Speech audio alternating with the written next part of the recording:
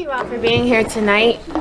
We are meeting for the first time as the Economic Development and Community Engagement Committee. We have a new name this term, and I'm excited for opportunities to invite residents to come join us, whether to share on what they're doing or to ask of us what we're doing as it relates to development. And so our first topic of the evening is the Cornerstone TIF bond refinancing, which was referred to our committee back on January 9th. And we've got Keith Moore, our legal counsel here for the city. We also have Patrick Woodside, who is our specialist this evening, to give us an overview on TIFs and exactly what is this opportunity. So thank you both for being here. My pleasure. Can you hear okay? Yes. I can't tell if this is... Anyway. Really, that's mainly for the TV cameras. Yes. I'm sure there's fans out there. Let's just say the millions of viewers out there, like the Super Bowl. Well, did you want me? What I was thinking was, I know that I've been here before for some of you that have been on council before, but I can give just a 2-minute background on TIFs, and if you have questions about that, we can explore that a little further. Then I can talk about some of the materials here that the financial advisor produced, and then specifically what the potential transaction would be, why it's going to be done, what the use is, and how it sort of affects the city, the school district, the development, the outstanding debt. So that sounds like a good plan. I'll just go ahead and get started. Thank you. Sure. Okay, so generally, as background, the TIF is tax increment financing. The idea is that when you have a private development that's going to be constructed, there is a way under the Ohio Revised Code that, in this case, a municipality can pass legislation that exempts the incremental value of the land and the project upon it. So basically, you have a piece of land or an older building, you put something new on it, the value increases. The amount of taxes that are generated from the incremental value, from the increase in value, those are diverted. Instead of going to the various taxing districts, it is instead diverted to generally what's referred to as a tax increment fund. Those monies in that fund are then able to be used to construct public infrastructure improvements that will support the private development on that parcel or the site, whatever you want to call it. And in addition to being able to use that money for the project, you're also able to use it to pay debt service on debt that you incur to pay for similar public improvements. So the idea is basically that you are able to use some of this money. If someone were to come in and say, I'm putting a new building here, I need to have X, Y, and Z built to support it, instead of asking the city for it directly and them using their funds, you're able to use this incremental tax that did not exist prior to the development of the project to build the public infrastructure around it in order to advance economic development and allow the private improvements to be less of a burden on the existing infrastructure. So that's basically the idea behind tax increment financing. It exists for municipalities. There's a similar statute for counties, for townships, et cetera. And there are quite a few nuances in the rules as far as, in some circumstances, you might be allowed to do some of the private improvements. Anyway, there's other details I'd be happy to discuss if you think they'd be relevant, or if you have questions about how it works generally, we can see if that takes us into some of those details. But does anybody have any questions about generally how that works, or some of the city experience with it? I'd be happy to discuss, or we can go right into talking about the specific project we're discussing here. The project that we're going to discuss, what specifically was the TIF utilized for? It was for a parking garage, which is very common. If you recall, last year we did a financing for the garage across the street, and part of this is that they're public. They're there to, like I said, support the private development. And garages are very common parking garages in connection with these developments because they're expensive and they're almost always needed, especially in an urban environment where parking is always a concern. It mitigates traffic when you have a garage, and obviously allows people to attract workers. But it is usually a garage, roads, access off of a main road, lights, sidewalks. You can do utilities, sewer plants, even expansion, what have you, depending on the size of the project and what upgrades are needed. And like I said, it is a very commonly used economic development incentive these days. And it's, sorry, go ahead. Anybody else have any questions about it, or do you want to talk about the specific project? I'd be happy to sit here and yammer on as long I as you have a would couple like. more general questions. Sure. One is, can you just paint maybe a quick picture of how TIFs have been used in Norwood? Yeah, so I have been bond counsel for 4 years, maybe three or 4 years. I know that our firm had done some work before that, but the two biggest projects that I've worked on are the Central Park project across the street. So that is when they came in and they renovated that building, and I think it's been successful and that they've attracted a lot of employees, and they have improved that garage. And one of the benefits of the TIF program is that it is for public infrastructure. So in that case, what's happened is that garage is open to be used by the businesses around in that area. So the hope and the intent, I think, of everyone is that by putting a public garage there, it not only will help the existing businesses that paid for and constructed the improvements, it will also hopefully incentivize or spur other development in that same area. Because in that case, the TIF district's a little bit of a misnomer for legal reasons, but the area over there that is subject to the TIF includes some other buildings over there.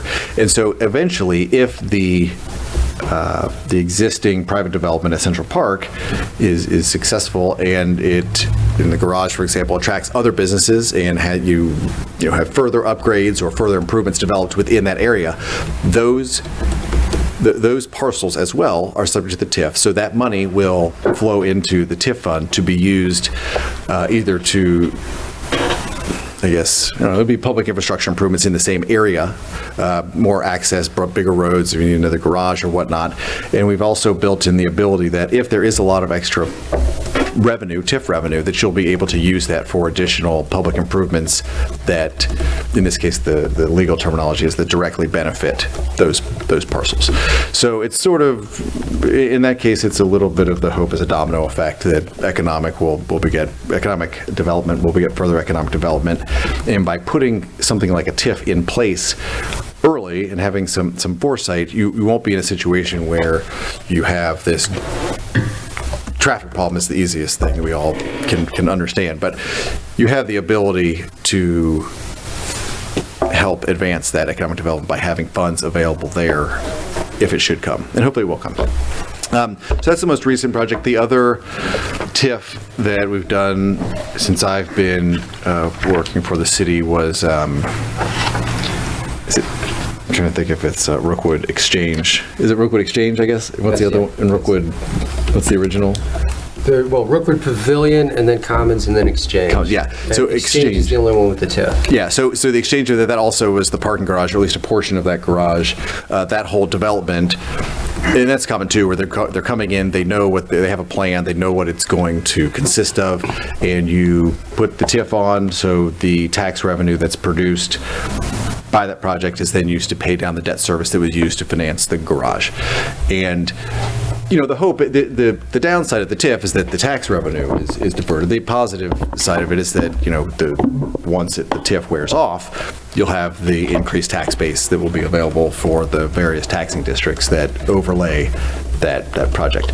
And one other thing that we can discuss briefly anyway, those are the two projects that I've worked on in the last couple of years. Yeah. Let me toss in a little bit just on Norwood's history. The first one we did was Cornerstone. The idea there was, without a parking garage, you're never going to get a development in that small of a space. That allows the idea that we had a parking garage built there that gave us the ability to put 2 office buildings plus Mayfield spinal surgery center there. Without that parking garage, that never would have happened. And so the philosophy, the thinking was, okay, yeah, if they build a building, might get this much revenue. If they build 2 new office buildings, we're going to generate, I don't know, $100,000 a year in what would be $100,000 a year in property tax off of that site. Of that $100,000, maybe $12,000 would actually go to the city, because that's the city's share of property tax. Half of that would go to the schools, and the remaining 32 goes to the various county things. The mental health levy, it wasn't at the time, but now the zoo, those kinds of things. So for the city, it's a win-win. So instead of that, we forego our $12,000 in property tax by going through with the TIF. And in exchange, we get $250,000 in earnings tax. So for the city, that's a win. One of the main factors here is that the schools have leverage. They don't have to agree to a TIF. And so we have had at different times, different arrangements with the school boards on different projects. Traditionally, they have been, and for a number of them, they've been made whole. So they've gotten the full amount they would have gotten even if there wasn't a TIF. And that's part of the back and forth on this particular project involves the school's place in this. But for Cornerstone, for example, that's one. There's the Rookwood Exchange that was used for the parking garage. Xavier was used for like moving streets around and some of the parking spaces. There's just not that much. I mean, Xavier, and we also University Station. University Station, and also up at Linden Point is the other one. And at Linden Point, I remember I wasn't that involved in the TIF part of Xavier, but for Linden Point, the TIF revenue has to be used for public improvements. And Linden Point wasn't doing a parking garage. Parking garage is easy. That's a public improvement. It becomes a public parking garage. Anyone can park there. That's easy to say that's a public improvement. You can do utilities, you can do road realignment, there's things like that. And so for Linden Point, it was a question of what can we cobble together that would be considered a public improvement on the revenues that we can generate under a TIF. But that's one of the main limitations. You can't use it to finance the business itself or the building itself, for most of the ones that we've done. There are a few situations where you can, but we've not been in one of those. But we've used 4 of them, have all been for really, really large projects. And again, the logic is, well, without the TIF, we're not going to get the project. I mean, with Linden Point, we wouldn't have gotten an office building without some kind of incentive like that to make it economically feasible. And the same for Xavier on the timing at Xavier. And exactly the same Rookwood Exchange and for Cornerstone. All of those are things that this is something we can do with essentially no cost to the city, and that's one of our deals, the Norwood special deals in the actual terms of the agreements. We don't pay for any of it. So the legal fees, the recording fees, the title search fees, none of it comes out of Norwood's coffers. It's all, that's just a part of the way we structure our agreements. All of those costs are paid for out of TIF revenues. And that is another point that's legally, luckily this isn't a factor, but it is very clear in all of this, when you issue this debt, it is solely payable from the tax increment financing revenue, so those diverted tax revenues. There's no legal obligation on the part of the city of Norwood to pay any of that at any point.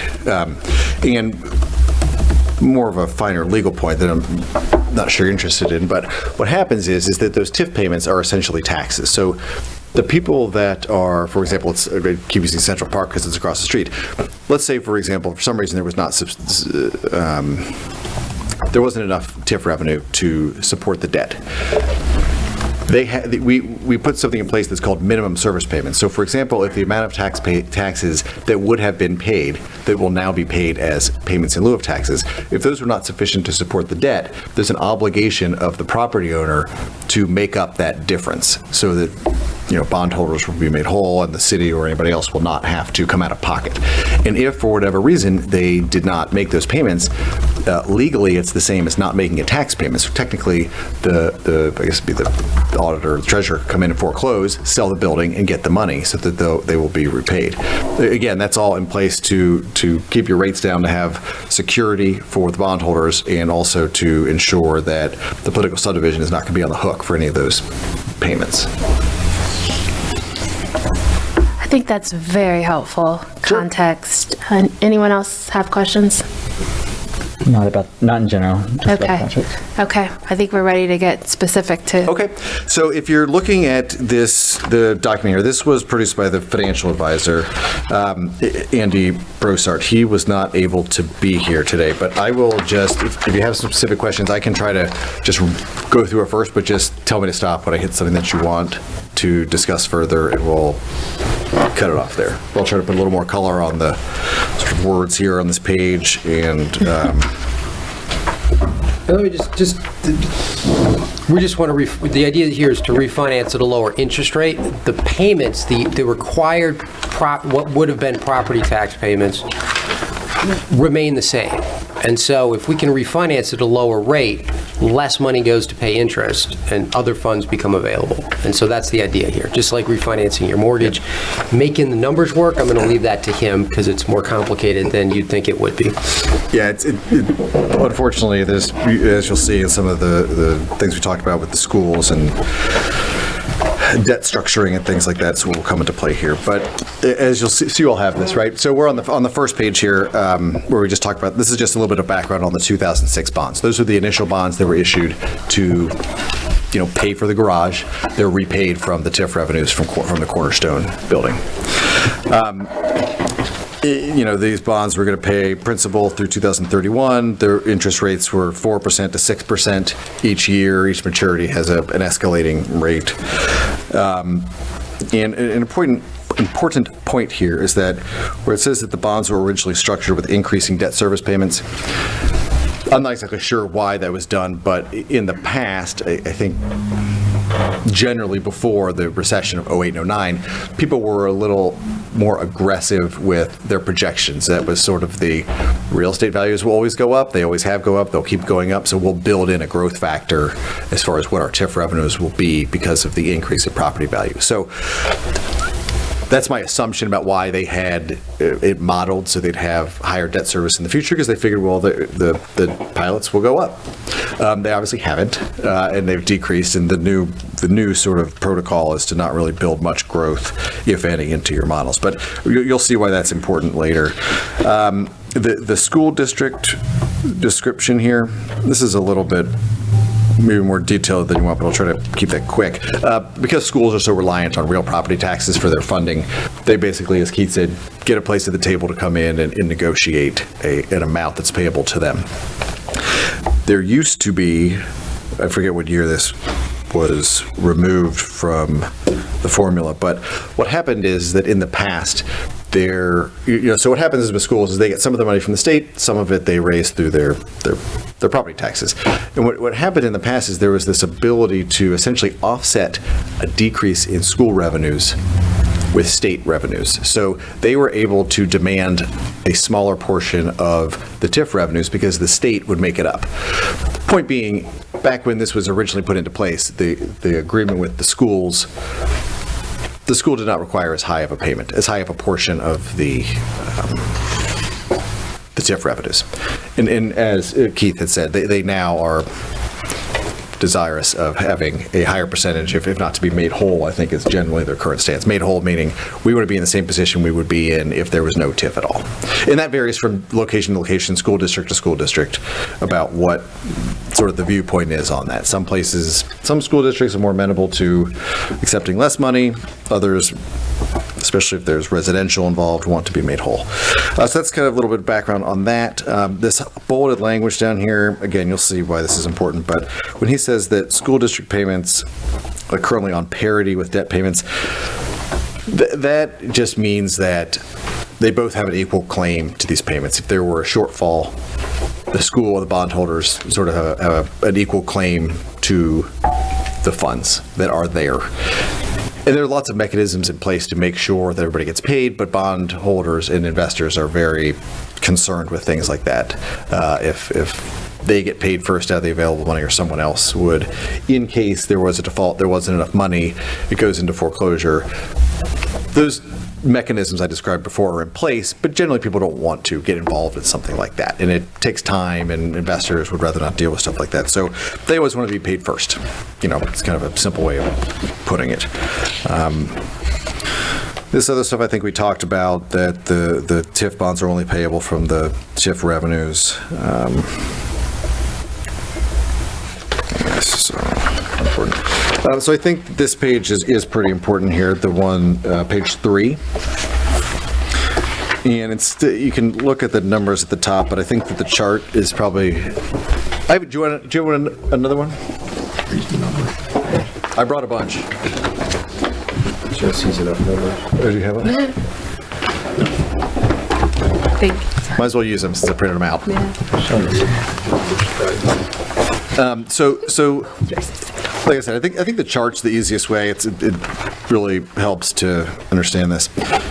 So, you have your TIF year, 15, then the tax year. These are basically the years. And then the gross TIF revenues. This is the total amount of money they're projecting to come from the project. So these are your TIF revenues. This is the money that we have to work with. That's what's going to come in. And Andy's not here. I'm not exactly sure, but he modeled in a decrease in those payments in 2024. I don't know if he was just being very conservative. But anyway, so this is your overall money, the gross TIF revenues. The next column over that says school district compensation, that's the money that's going to go to the school district. So after that, we have the net TIF revenues, which is the amount of money that is available to repay the bonds. So that will pay back the interest and the principal and the outstanding debt. In the next column, you see the current debt service payment. And as you can see, it starts in collection year 2017 at $966,000. And as you can see, that increases each year. So that amount is going up. But currently, the projections for the money available to pay that debt service is remaining constant.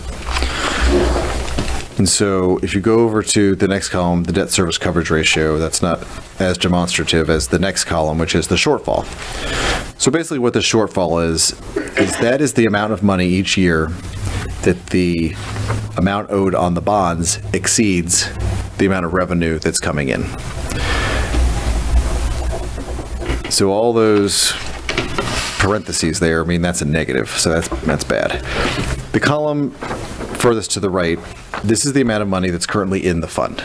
So that's money that's been collected as TIF revenues that's in the TIF fund. And as you can see, that once we start to have a shortfall each year, that fund balance will decrease by a commensurate amount. As decrease, eventually going into negative territory. And that's important for two reasons. One, as everybody knows, you'd rather not have more money going out than you have coming in. But at the end of the life of the TIF, the money that remains in the TIF fund is available to the city for deposit in the general fund to use as you all, determine is best for the city. That's a benefit of it. That's obviously always a better situation to have more money when it's over to use, as you see fit. Can you repeat that statement you just made? Yes, that the amount of money that remains in the TIF fund once the TIF is gone. So we go back, they just are paying regular taxes again, there's no more pilots. That money that is in that fund at the end of it will be deposited into the city's general fund. So the cash balance at the end, once you've paid off your debt, and once the TIF revenues are gone, you can use that money as you so choose. As whatever is an available purpose under the your policies that you have and how you budget to use your general fund each year. So at that point in time, we would not be restricted to just public infrastructure improvements? Correct. Okay. And that's sort of well, depending on how this goes, potentially the pot of gold at the end of the rainbow. And again, that happens a lot because when you're modeling this stuff, when you issue debt, they want to see a certain amount of coverage. They don't want to say, hey, you're going to owe us $1 million a year and you're projecting to have $1 million coming in. There's always a little bit of extra money in there to make the debt sellable. So that extra money at the end, again, is there to some extent to make the investors happy, but assuming everything works out, at the end you get that money. So that's obviously a benefit. I'll try to go through this sort of quickly. So this is sort of a general description of what I think is on the next page that is a little bit more easily understood. But what happened here, and this goes back to the schools. What the school has said is that if we're going to, let me start over. What the potential investor has said is that when this money comes in, we want first priority over the school. Whereas if you recall, the school and the investors right now are basically on parity. So if the money comes in, there's a shortage, they both have an equal claim and they can fight about it. The school, or the investor, said, we want to be in the first position so that we get our money first. If there was a shortfall, again, there's mechanisms in place to make up that shortfall, but the investor would like to be in the first position. The school has said that's fine. We will, accept that they will get the money first. But I assume part of that is because the expectation is the money will be there. But the school has said, that's okay, the money first goes to you. And what happens is you have a document that says money goes here first, then here first, then here first. So it goes investor, then schools. With the caveat being that the school now essentially wants to be made whole. So the extra money that's generated by this for funding, a large portion of it will go to the school district. That's however you see that is the reality and what they are requesting. That would need to be finalized with the school district, but that's sort of their trade-off. And we could talk about that more if you'd like. But I think the next page will show a little bit more of what the kind of end result will be from a financial perspective. So the first couple columns here remain the same. Each year you have your expectation of what the TIF revenues will be. The projected debt payment, as you can see, this has been reduced due to the refinancing. The debt service is what they call level debt service. So each year it's going to be about the same. It does not escalate in the future. Then the school payments have gone up, as you can see here.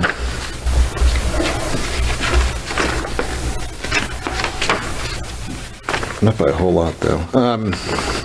Oh, I see. Okay. So then you have school payments. Then you have the excess. That's the school district compensation? Yeah, I'm sorry. The school district compensation will be about the same as it was before, but then this excess is what they want. Next column. Okay. Yeah, where it says additional school district compensation at 100% of the excess. Okay. Now, that 100% of the excess, they can't get more than they would have gotten, but they'll still be below, I think, what they would have gotten. That's why it shows them getting all this money. Do we know, that's my big question, if they would have been able to capture the full, like if we were to structure this deal today and they get everything they want when it comes to being made whole, how much did they forego, like in the 30-year life of this? Do we have an estimate how much they foregone by? You mean during the original years when they were not being made whole? Yes. I don't have it here. I'm sure we could ask Andy if you want. I mean, I don't think they're... Well, as Patrick was saying, at the time we did this, the state made them whole for Right. part of that, and they stopped doing it. Kind of like with the personal property tax. When the state got rid of that, they made cities and school districts whole for a while, and then they just stopped because their budget was running short. So it's kind of the same thing. And we don't know what year that was I when don't that state remember. change happened. I can go look. It's not that long. I mean, it's between 06 and Okay. I was going to say it's been at least 5 years. So probably between 2006 and 2012 was probably when it happened. Yeah, I'm thinking 9 or 10. Yes, it was something around there. I guess like the question that, so if we look at the excess amount and over the life of, I guess the last, 15 years of this, it's estimated to be $396,000. Yeah. $325,000 in today's terms. I guess the question is that amount like significantly less than they would have gotten if we didn't have a TIF on the thing at all, on Cornerstone at all? I don't know exactly what so your question would be, for example, in this, let's say 2017, they're going to get the $605,000 plus the $28,000. How much would they've gotten if this did not exist? Right. And I'm not exactly sure, but Well, there's two ways to look at that. First, Yep. yes, if exactly the same project had been built, then I'll tell you just this right off. The bond payments are more than what the schools are getting under this. So yes, it's less than the schools would get if there was no TIF but the same project had been built.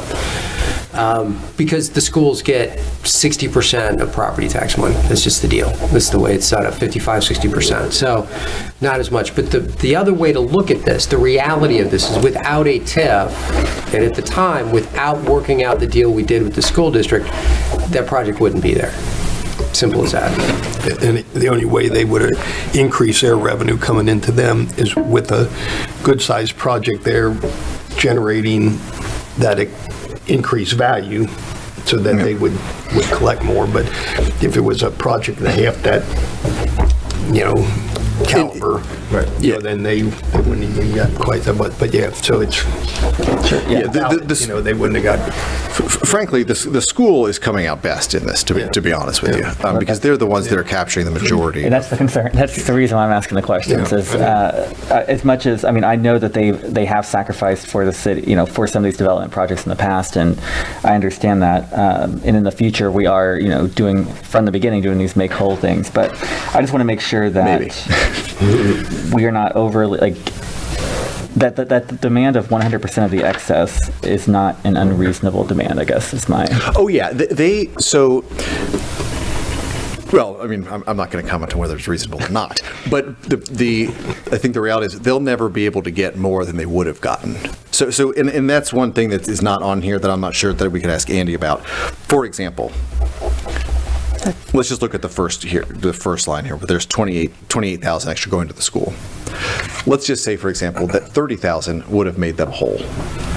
If we had if it was 35,000 was the revenue, that 5,000 would go into the TIF fund and you'd keep it. So if it goes way up, the school isn't going to just capture 100% all the way to the moon. It'll be up to the amount they would have gotten. Then after that, it will go into the TIF fund. So they're limited. It's 100% here just because we haven't hit what they would have received. Does that make sense? Mm-hmm. It happens to be 100 because they want everything up to them being made whole. We just don't have enough to make them whole. Gotcha. If that makes... It does. It does. So that, from my perspective, it's better for the school to have it than for an investor to keep the higher rates. But is one other important thing here that I think you'll hear about is that if you go over to the next line with the 423,000, if you recall, under the current structure, the expectation is that will basically be drained. Mm-hmm. And assuming that these projections, which I think are conservative, I'm not allowed to have an opinion on that. I've been told by the financial advisors that those are conservative. They're much more conservative than what they operated on when they did the 2006 bonds. But the idea here is that current fund balance will be protected, so that they won't have to dip into that to pay, and then at the end of this, that money will be there and be available. As well, I think the reserve fund, I think the plan is that money will also be released into the TIF fund and be transferred to the city. And just to be clear, when you say reserve fund, you're talking about any revenue from the TIF? Well, no, there's two things actually. Okay. The TIF fund is so this 423, that's just the excess that's been sitting in there so far. Mm-hmm. That was over and above the bond payments. When the bonds were issued, and it will do the same thing here. What they do is, just as a simple example, let's just say you issue $10 million worth of bonds. You'll issue an extra, say 10%. So you'll issue $11 million. $1 million of that just sits in a fund. It's usually about a year's debt service. And what that does, it provides a buffer to be used if there's not, again, a lot of these are overprotective, I think, but investors, I shouldn't say that. Investors demand that level of protection, and it's kind of industry standard that money sits there. If money is not available to pay the debt, you draw on that reserve fund. There is this trust indenture that holds all the money. The next year it comes through, it goes to pay debt service, then it would go to refill the reserve fund, then it go, it sort of all flows back into those buckets. But that reserve fund at the end, it sits there till the end, and then it would be released as well. So both of those last two columns are there now? I'd have to check to see what the balance is on the existing reserve fund. Okay. But it's probably something similar to that. Okay. It may be, because it depends on the size. So now when we do, because they paid off some of the original $12.5 million, let's just say there's $9 million, whatever, outstanding.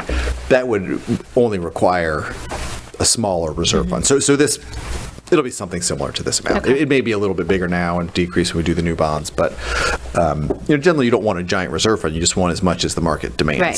So, Okay. but yeah, it's something like that.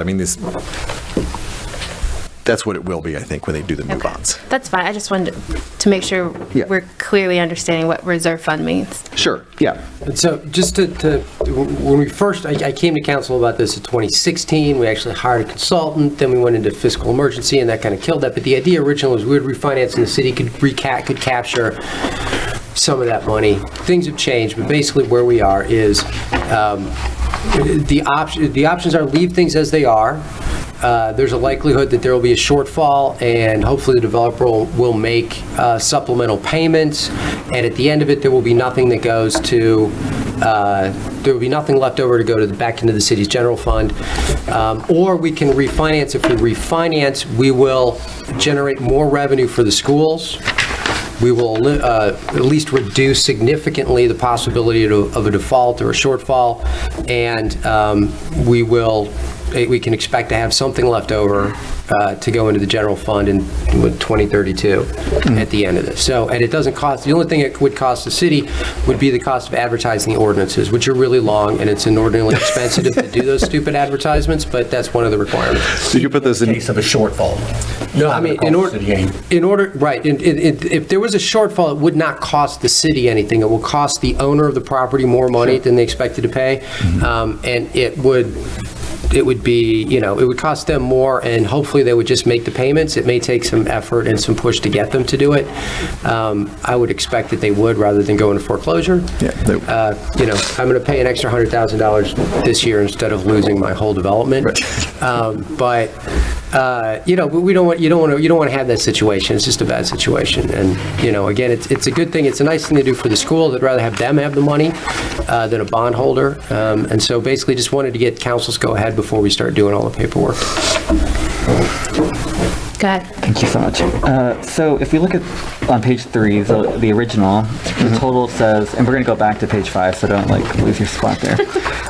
It says at the very end here, city TIF fund estimated balance at the end of year 30, because it looks like we don't have a debt payment the last 2 years, or at least not very much. It says $1 million there. And then we have back on page 5, the total city gain at the end, it's $900,000. I was just curious if you could... so why it almost looks to me, and I might be reading it wrong, so to me it looks like we're going to be getting less at the end of year 30 than we would have. Well, that is a little, that's, I'll tell you why that Andy would be better to explain it to, but I'll tell you why I don't think this would work, or why that will actually be there. Because the way the trust account is set up, and I think he didn't take this into account here, but maybe it is. Let's see. So, And I guess if you look to the second concern, is that we're not making debt payments in year 29 and year 30, so that's year 29 year 30 of the bond, excuse me. But we are making those payments in year 29 and year 30 in this refinance version. So they basically, looks like they stretched out the debt service to decrease over the earlier years. No, that's a really good point.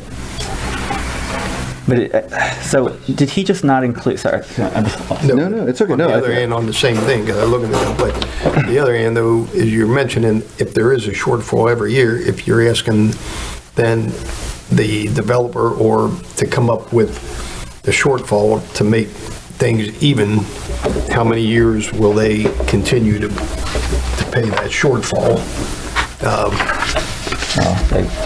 As far as in communication. Well, I don't have the main, there's a big document that has the waterfall of funds here, and I'm trying to look through to see, because I believe that they would have to, they get repaid from any, so what happens is if there's a shortfall and they have to come out of pocket and pay it, which would happen under the scenario, they do get to dip back into the fund to get reimbursed for that, but it does look like they get They would.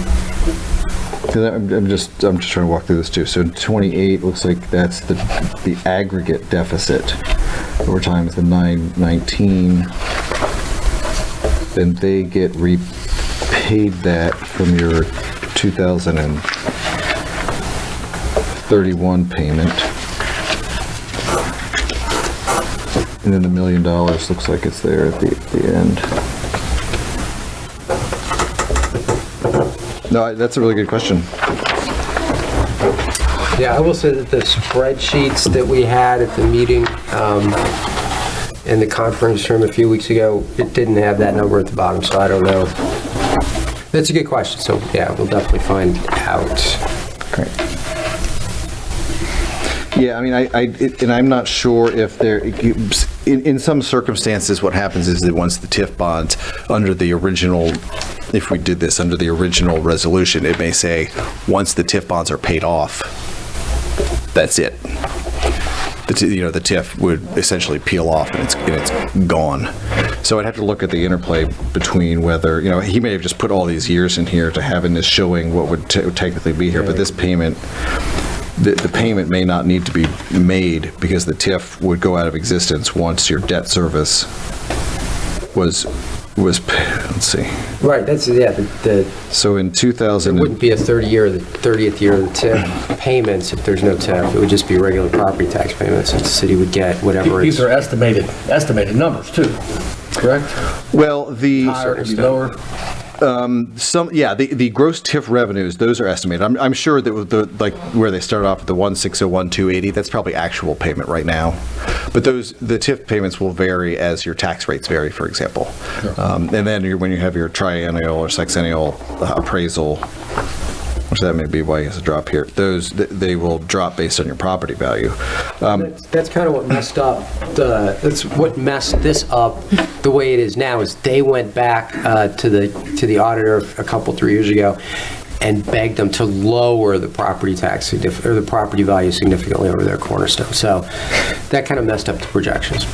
They had, before the recession, they had asked, go it up, make it as high as you possibly can so we can do as big a TIF as we possibly can, and then they've gone back to that. So Yeah, I think they knocked off like $10 million of the value. yeah, if City of Norwood passes a levy or doesn't pass a levy or changes the amount of the levy, then that tax rate, that effective tax rate changes, and so these numbers can change as far as what would be property tax payments and the reevaluations every so often. So. And if they were to, CDK Global or something like that were to move into Cornerstone, that would change it too, because their rental revenues would go up significantly and that kind of thing. So, their projections. That's a good question, James. It is, and like I said, I think that's because it would just be gone. That it just shows the 30th year on there as a comparison. Yeah, I think that makes sense. Any other questions? Yes. I know that time, we'll try to keep it quick, but what if they would figure out some way to build a hotel or something on top of that parking garage? I don't know, what have you, but there's some other development that significantly increases the value of the property. I mean, at this point, all of that excess just goes to the schools, right? There's no... Well, it will go to them, but it will only, their total compensation can't exceed what they would have received. So I think, can we get that relabeled? Yeah, just so it says... It's not ever going to be 100% of the revenue unless that's what is needed to make them whole. That's correct. I mean, I think that if you put something on here, it would say additional school district compensation at 100% of excess, provided that such a total amount will not exceed what they would otherwise be paid. And I'd be curious to know then too, just based on these projections, what that amount is. So what is that maximum amount? On that column, which is 100% of excess, what's the max that it could be before it goes back into the TIF fund? Well, we could guess. I mean, does anybody have a calculator? On your computer, do you have something? I have a phone. But actually, no, I don't have a phone. I do too. Well, I was going to say, because if you look at, if you think about this gross TIF revenues, that's your total tax payment that I have it on here somewhere. That's the total tax payment that would have been made. So if you own this building, every year you pay $1.6 million. And so the school's portion of that is probably 55%. It's usually somewhere 55 and 65, depending on the various districts and what they do. Sorry,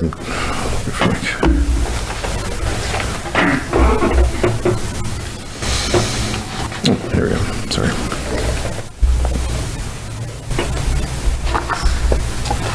You think it's about 60? I think it's probably right in there, 55, 60. We'll just say 60. Whoa. Is that right?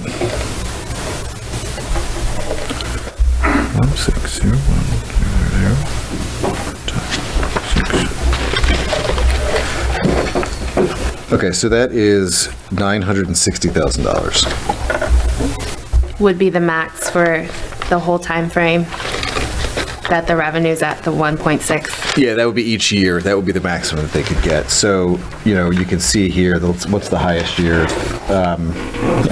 And they're 67.4% now in Norwood. 67.4%.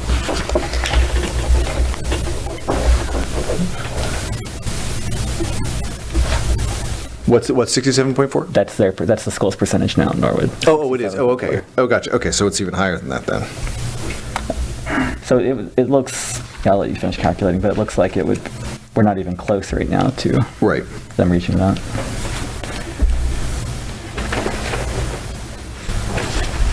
That's pretty high. Yeah, so you have to get to a million plus. But yeah, if they did build something on there or something would happen where it were to go up in value, it would be limited by their inability to get more money than what would make them. That makes them feel whole. better. Okay.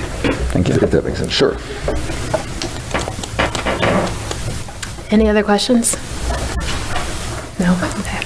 So at this point, when you go to the last page, there were some next steps. Keith, you talked about needing to have a recommendation where I guess the next step is to go to the school and see if they agree to be second. Yes, and I know that so the financial advisor has talked with them, and this is, to your point, I think that it would be ideal if the city were to get some of that upside.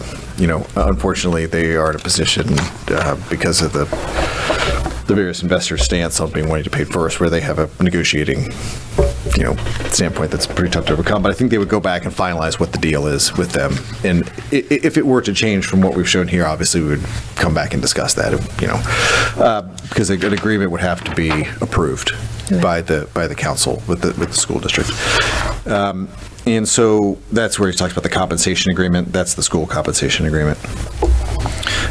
And then the investor, who's the person who would buy the new bonds, you'd have sort of a term sheet with them about what the rate would be, so that we could make sure that these things were accurate and it was all good. Because rates now are going up. It's a little bit tumultuous out there with the stock market and bond market and whatnot. But you go out to somebody and you say, okay, here's generally what we have as a rate. They will agree to lock that rate in for some period of time.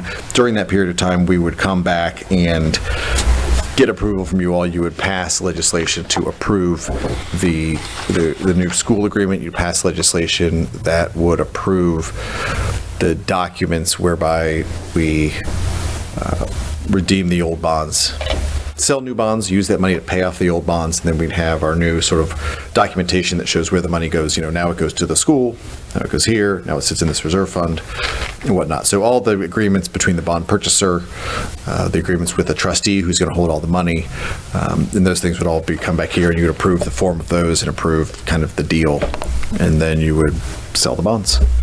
And then that would, determine what the new debt service schedule would be under those new bonds, and then the school district, the TIF money would still come in and would go to them and to the school district, and sort of what you see on these various columns here would happen in real life. Okay. But that's, John, is that detailed enough for you, or if I there's think something else that you'd is like? helpful. I keep this question might be for you. So at this point in time, having brought this to our committee, we would need to take back to council a recommendation, it sounds like, for the revenue coming in, the shortfall being addressed, and then at the end of hopeful revenue generation, a deposit being made into the general fund. Well, at this point, we don't need anything that formal. Great. Just wanted to, before sitting down with the schools, working out an agreement there, working out the agreement for this, for the investor, and there's a lot of paper, there's a lot of time that's involved in it. Before anybody did, we wanted to make sure the council was on board with the idea. Yeah, if someone, if there's some reason why everyone said, we don't want to do this and it's a horrible idea and we're not going to move forward, we don't want, we don't want to waste everybody's time or Sure. money, or the investor or the building. We have to talk to the building people. They're going to have to sign the building owners and the school district, obviously, in their time. So it's more of just, and again, it will be subject, of course, to your approval of everything else, and we'll Okay. work with Keith to make sure you understand what is actually being approved. But it's more of just saying we don't have any fundamental adverse stance against doing I'm not this. hearing any. Did anybody leave anything unvoiced? I understand the question from James. Yes. Yes, I did a- and you're going to get us a response from Andrew. And I'll Yeah. work with you directly and kind Yeah, of, we can do that. no, so. And I'll follow up with him. And again, that'll be probably a legal question too, because the TIF language will usually say, for example, this is 30 years, the sooner of 30 years or once we pay this off or pay for these improvements or what have you. So, and we may, I want to look back to see what the authorized public improvements are, Yes. just to see if, Yeah. just go back and see if there's something you want to add to it, if there's any money to, who knows? I mean, I guess we're not anticipating having that because the schools get the money. Might not be that important. I just remember it being very specific for this deal.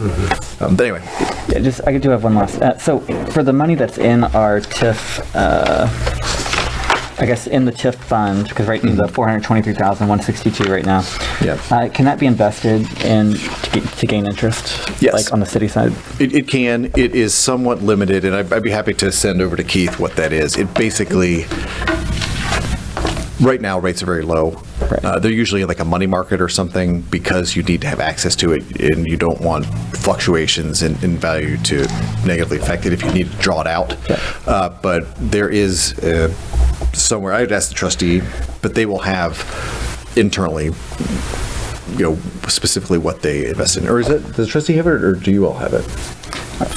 For this, I don't know. Okay, I could ask Marcus where the money is and what it's invested in, but usually the trust indenture, which is kind of captures all the money and holds it for the benefit of bondholders, it'll have something in there so that someone doesn't. It's more to protect, the money so that you can't go and invest in something crazy and then it's not there. Sure. But yes, there is there is earnings on that money.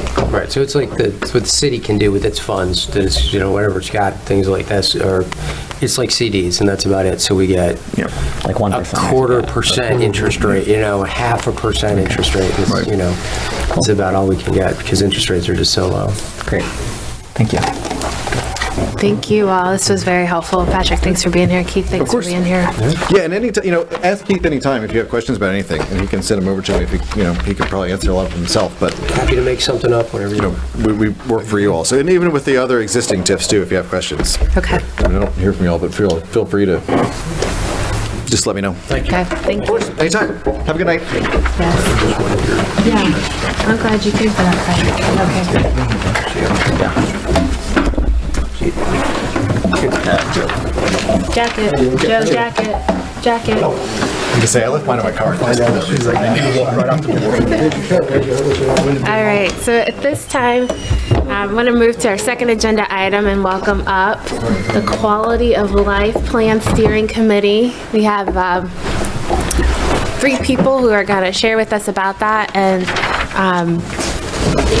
I'm excited for what they're going to share. This is a process and an idea that I'm fond of, and I'm grateful to see it happening here in Norwood. I'm going to ask that you all would introduce yourselves and then share with the rest of the committee and the public what is the Quality of Life Plan and what does that mean for Norwood, or what could that mean for Norwood?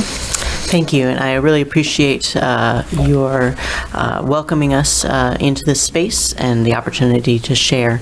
My name is Angela Pansella. I am here as the Executive Director of the nonprofit Woven Oak Initiatives.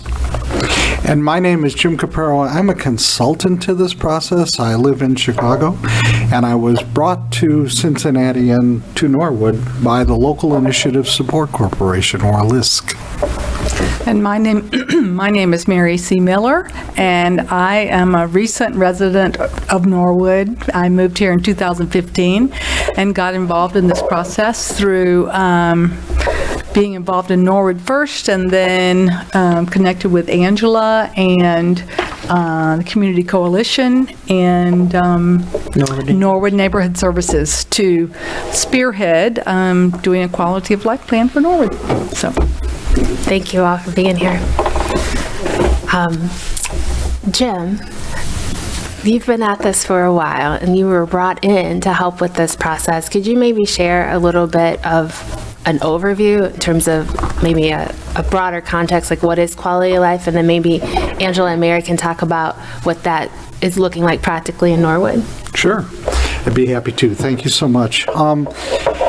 So I have been involved in community development, community revitalization for a really long time. In Chicago, I was the executive director of a nonprofit community development corporation for 35 years.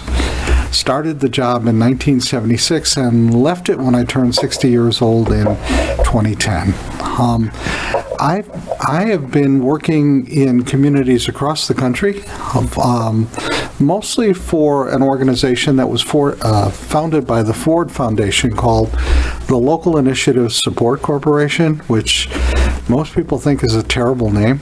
I actually think the name says what it does. It raises money nationally to be able to support folks in local neighborhoods who are trying to make their place better. And they're in 31 cities around the country. Cincinnati and Greater Cincinnati and Northern Kentucky has its own LISC office of this national organization. About the late 90s, folks were looking at community development efforts, most of which had been centered around the building of affordable housing, and thinking that there was something really lacking in what was being done. The reason they were thinking that is because although some housing units were being produced and folks who were living in those housing units would have a better place to dwell, neighborhoods by and large where those projects were happening were not getting better, and in many cases they were getting worse.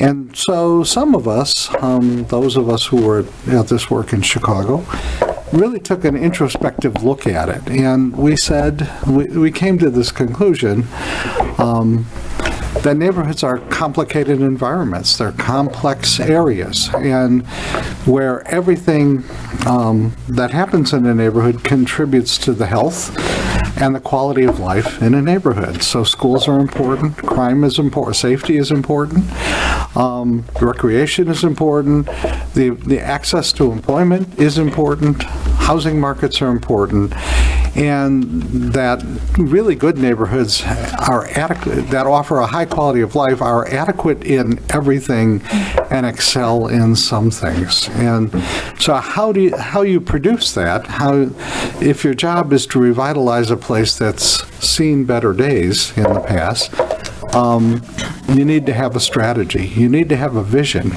for doing that. So we developed a process that is been employed in lots of places around the country, and it's called quality of life planning. Although I always hasten to add that the word plan is a little bit of a misnomer. And I do that because there have been so many places where plans have been created that really don't get implemented. And so implementation here is really the key. Getting things done is really the key. And it also can't cost a lot of money. You were just through a hearing on a TIF project where the two fellows sitting in our seats said over and over again, but for the TIF, the project doesn't go forward. And so the new revenue wouldn't be generated if the tax increment financing district hadn't been created. The same is true here, but not in terms of tax revenues. The same is true in terms of things don't get implemented unless people who live, in this case, in Norwood, really want these things to happen and actually spend their time, their talent, their energy getting them done. In a sense, and so that's why I don't like to use the word plan. I use the word agreement. That the strategies that get created through a neighborhood engagement process where you actually bring people into the process and ask them, the question, if Norwood really, really works well for the people who live here, what changes? What does it look like? And the folks who actually live in Norwood are responsible for answering that question. And then, once you know that, it creates a vision for a positive future for Norwood. And you can then break that vision apart into components. So what needs to happen? What needs to happen in the parks? What needs to happen with safety in partnership with the police? What needs to happen in healthcare? We were at a woman's home yesterday who is organizing a work group that's trying to combat smoking and the negative health consequences that smoking has. And it's through that activism where people actually become engaged and get involved and lead in these efforts that positive things start to happen. It's really different than traditional community organizing, because traditional community organizing usually sets up folks to look at needs that are not being fulfilled. And once you take that approach, then there's somebody responsible for not fulfilling the needs. Where residents see themselves as consumers of services and others, like the government, for instance, but not just limited to the government, are the producers. And if the needs are not being fulfilled, then it's somebody's fault. This is not that. This says, well, we could have a positive future. That would, not to say our present is that bad, but the future could be better. And if we could envision the future and then work together to produce the future, we become partners with each other doing that. And there are simple things that are present in our culture. I'll end with this because I don't want to, I'm conscious of how long I'm talking here, but there are simple things that we're all familiar with that employ this strategy. For instance, Girl Scouts or Little Leagues or Pop Warner football, where parents get together and they say, gee, there's not a whole lot for our kids to do, and a competitive sports environment is a good thing, learning how to play on a team, and the way we make that happen is by volunteering to do it, by being there to coach kids, by being there to raise money through a concession stand, to buy uniforms or to buy baseballs or bases. It doesn't take a whole lot of money in the big scheme of things. What it really takes is the engagement and commitment of people who self-select to be involved in making this happen. That's why we call it engagement and quality of life planning. The quality of life planning can't really work unless engagement really takes place, and people in Norwood, for this example, actually become engaged in expressing what the components of a vision would be. Thank you, Jim, for taking time to explain that. I know this is probably new for a lot of folks who are listening and maybe for us here too. So can you maybe talk a little bit about what engagement in Norwood might look like? Sure. We have very strong organizations in the community. We have a lot of initiative, as you know, of residents that see things to be done and go out and do them. So that translates into grassroots organizations. It is formal and informal organizations. Woven Oak is one such organization that we have been thinking about community development for a long time, though we're very small and are not in the position to do comprehensive community development or CDC work per se. We have looked at other neighborhoods that are similar to Norwood and thought, what are they doing and how could we do that? So one of the initiatives we have seen happen in other neighborhoods is called Place Matters, and it's an investment strategy that has had connections to LISC. They are the ones that have steered that process in neighborhoods such as Madisonville and Price Hill. They have formed quality of life plans over the course of the time that they've been involved in Place Matters. And that's actually a good first step, is to see what the residents of a community are looking to happen and engage those residents. Norwood First came along, a grassroots organization, and I talked with Mary C. and brought her to a Place Matters, what they call a peer lunch. So the neighborhoods that are engaged in Place Matters work get together once a month and talk shop. And I was invited to come as a fly on the wall to those conversations. And so I brought Mary C. as well to be a fly on the wall. At that lunch, we were approached by Kathy Schwab, who is the director of LISC, who said, we'd love to work with Norwood. So as a result of that, a steering committee was formed with folks from Woven Oak, Norwood First, Norwood Neighborhood Services, and the Community Coalition, which meets once a month and is representatives from social service organizations, the library, some of the health folks in town, and partnerships outside of town. That is another kind of grassroots collective, and there are folks on the steering committee that represent Community Coalition. So all four groups reached out into our networks. We found, I think there's about 12 folks who said we would like to drive this process, and we learned from Jim that the best way to go about this is incrementally. Find out who is in our circles, find out who's not in our circles that we'd like to know. Make a list of formal and informal leaders in the neighborhood.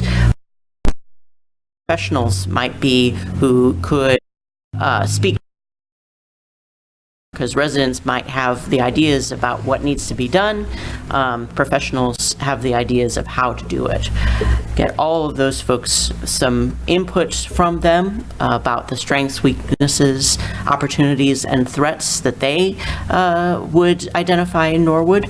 Meet with them, listen to their input, gather all of that information, report it back. Invite everyone to a meeting where we report on what we've learned. Have a visioning session where we talk about what vision, what aspirations there are, what is meaningful to the folks in Norwood. Work with that. Form subcommittees based on the specific areas that people identified that they wanted to focus on. Find out where people's talents and passions would be of best use, and work through that to develop a plan, which is then rolled out to the community. There's an opportunity for everyone to agree on it, and there are early action items that are built into that, so that there are things to implement right from the start, so that it is not just a plan that sits up on a shelf, but hey, somebody identified that we want to do X, Y, or Z, let's actually get that ball rolling on it. So LISC has offered to be a partner with this for us. Jim has offered to come and talk to us or talk with us via conference call from Chicago during this process. It will probably take a number of months to really work through it, but as a result of spending some time, we should have something quite robust. Any questions at this point? Well, I just want to add something that as part of Norwood First, I kind of ended up being the chairman of the Economic Development Committee. And what we decided to do before we did any step forward was to interview other groups around the Cincinnati area. So I know Angela interviewed Sarah Sheets from Madisonville. I interviewed Ken Smith from Price Hill Will, and Liz Bloom and Valerie Daly Stevens from the Community Building Institute at Xavier. Lupe went to several community development meetings. So we did a lot of research before we started, and we also had speakers from Westwood Works. And every one of them said, before you do anything, you should have a quality of life plan. Before you even delve into thinking about what the community needs or what you can do, that's where you should start. So that kind of began the process. And also then when we talked about how to put it together, we said, it really can't just be one group. It can't be Norwood First. It can't just be we all need to work together and get as many groups in the community as possible to work together to get this process going. And I think that was one of the best ideas we had. And there's a lot of people, or the people that are on the steering committee are very enthusiastic and excited about moving forward. So I'm not sure what's going to happen with the Economic Development Committee of Norwood First, but at this point in time, this is our focus. And we have had 4 interviews with different people in the community this weekend, with the superintendent of schools, the police chief, community member, and treasurer, and they've been very successful just explaining the process to them and letting them know what's going on. So we're excited. So anyway. Thank you. John or James, any questions so far? I don't have any questions. I just, sounds like a pretty nice thing you guys are putting together here, and just want to thank you guys for putting the time and the effort in and trying to improve our communities. It's a very valid effort, so I appreciate that. Thank you. At this point, I don't have any questions, but I do have a couple. Eric, who's not able to be with us tonight, as well as myself, wanted to make sure you had opportunity to talk about how do we make sure this is inclusive. You've talked about those 4 groups coming together, but beyond those 4 groups, how do we really know something like this will reflect the city? That was something that came up in the conversation last night. We had a training on the one-on-one process. One-on-ones being those conversations with community leaders about strengths, weaknesses, opportunities, threats. It was brought up by one of our steering committee members, I put down on my list people I know, but I know there are leaders in this community that I don't know. And the secret is to cast the net as wide as possible and to think about the makeup of the community and go seek out, go past who you already know and into spaces that you don't. So one of our tasks has been to look at the list of people that we identified and flip the script on it. So if we wrote down 10 names, look at the 10 names of somebody else on the committee and say, actually, I should interview the people on your list because I don't know them very well. We had a wonderful allegory last night about how relationships change reality, right? It is the way that we interact with each other that changes how we experience the world. So the strengthening of bonds by going outside of our comfort zones a bit does a lot. So that it takes some noticing. It takes some noticing of the demographics of the community. It takes some willingness to go outside of your comfort zone. And I believe that we have the folks on our committee who are committed and dedicated to that. We won't reach everybody on our first go-round, but we're hoping that a certain amount of snowball effect, and if we do our work well, if we listen well, then folks will want to be involved because they'll see that we are actually paying attention to what they say.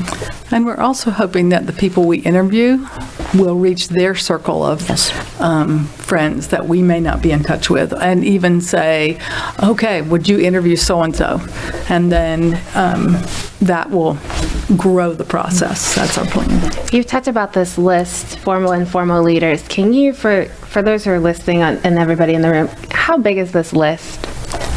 So far, we have about 100 names, but there are more names that are being added to it. For example, when we met with the chief of police this morning, I happened to say, I don't know that many folks in North Norwood, and he said, well, how about if you talk to, and gave a name right there. So that's part of our mission, is to spend some time talking with folks about who to talk to.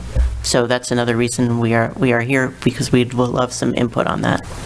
So the steering committee is going to talk to 100 people. Correct. Okay. Over 100 people. Over, thank you, Mary. Over 100 I predict it will be well over 100. If you have 100 names and you talk to them, you can't help but gather more names as you go out and talk to people. And constituencies will become strategic. These stories are from other neighborhoods, so they don't reflect Norwood. But they do reflect unknown opportunities that might be uncovered, just how it works. So, for instance, in a neighborhood where there were lots of Catholic schools and lots of public schools, there were 5 Catholic schools and 5 public schools, actually, in Chicago. As children got older, baby boomers got older, public schools started to close classrooms, dedicate them to other uses like libraries, tech centers, etc. And then the neighborhood started to become much more Hispanic.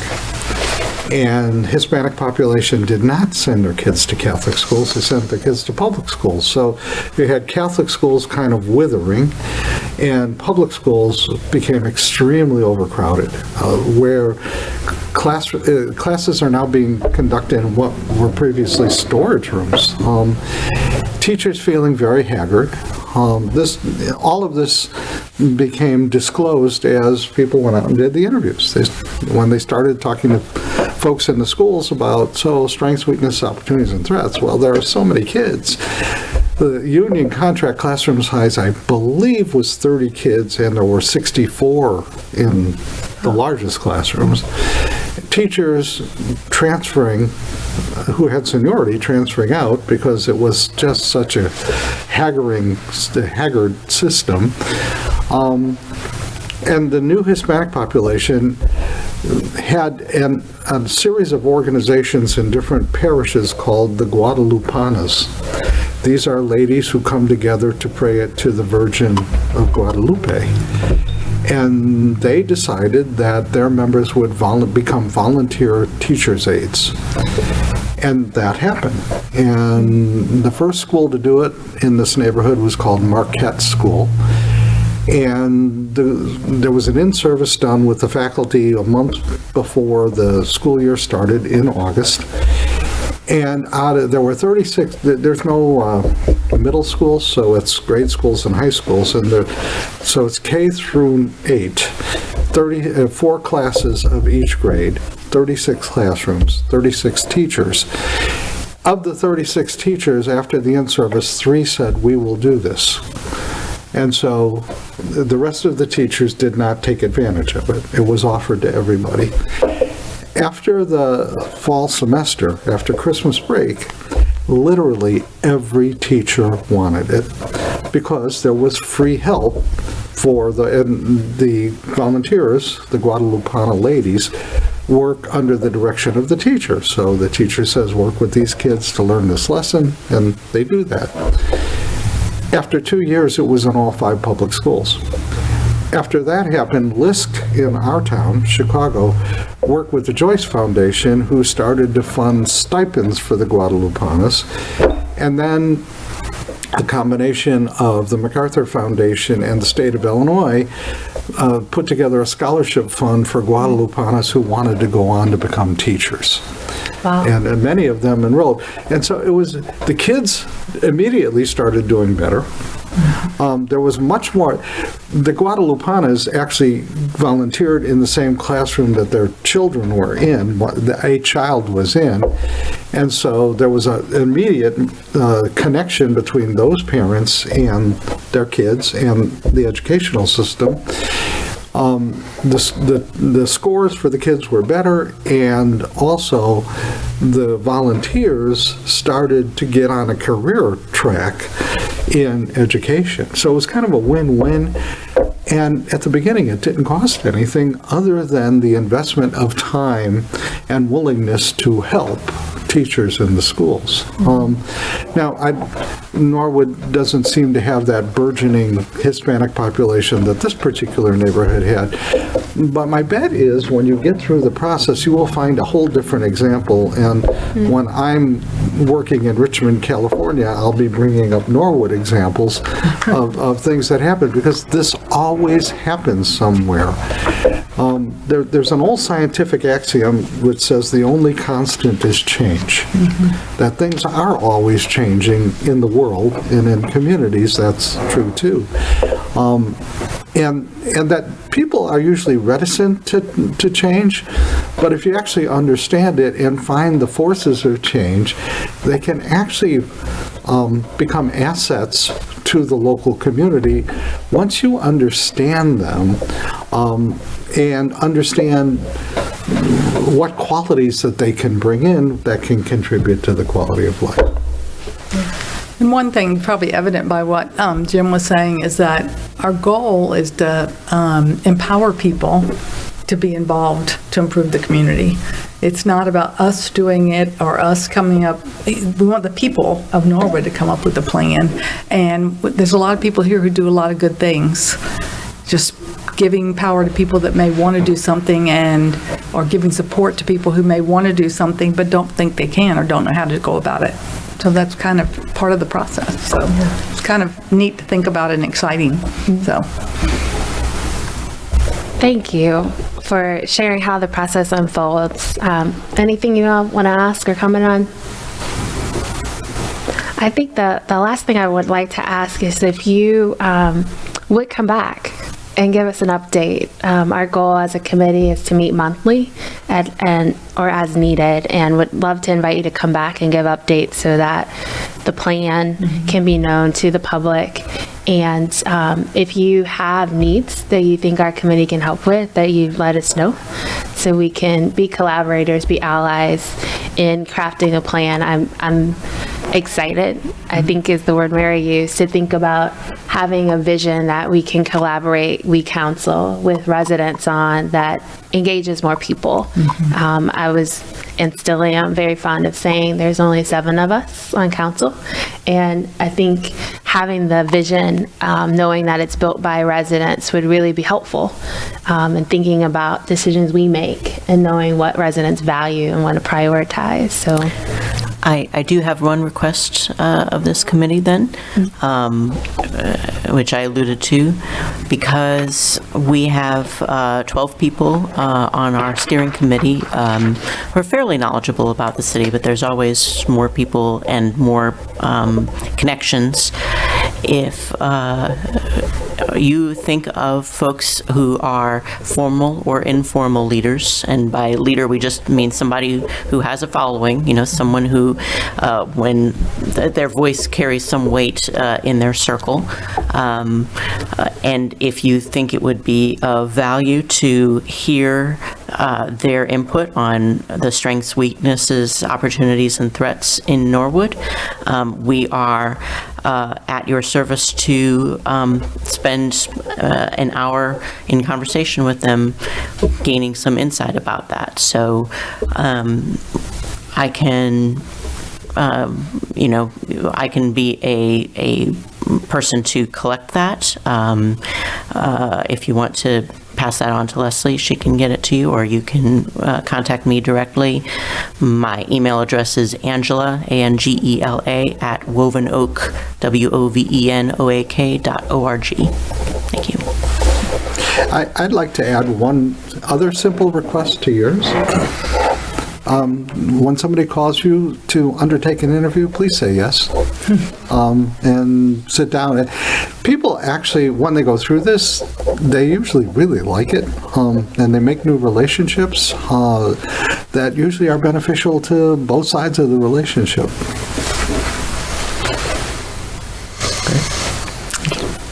Angela, when did you want those by?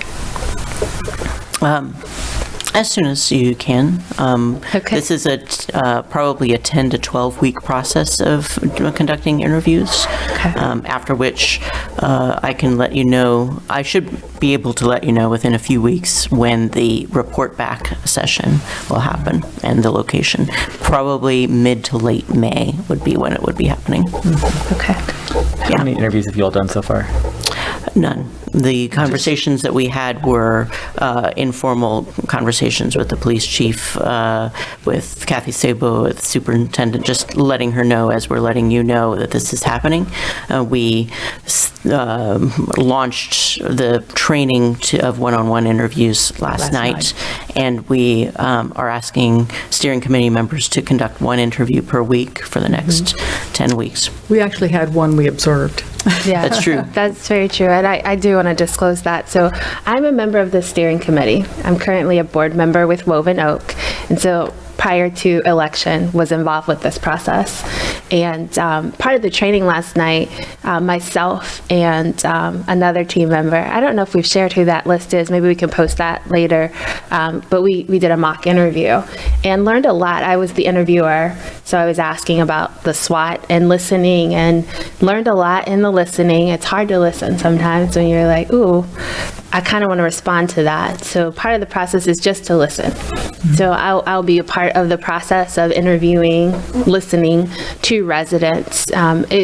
It's starting this week, so I will actually be interviewed, and then I will interview residents as well. So I'll be interviewed within the week, and that'll go into that bucket of 100 plus. So anyone who has a following who you think might want to be more engaged in the future of Norwood is who we're going to get to the rest of the committee, and we'll go from there and hearing updates on how the work unfolds. But I do want to really say thank you for making time to share broadly across sectors that this is happening.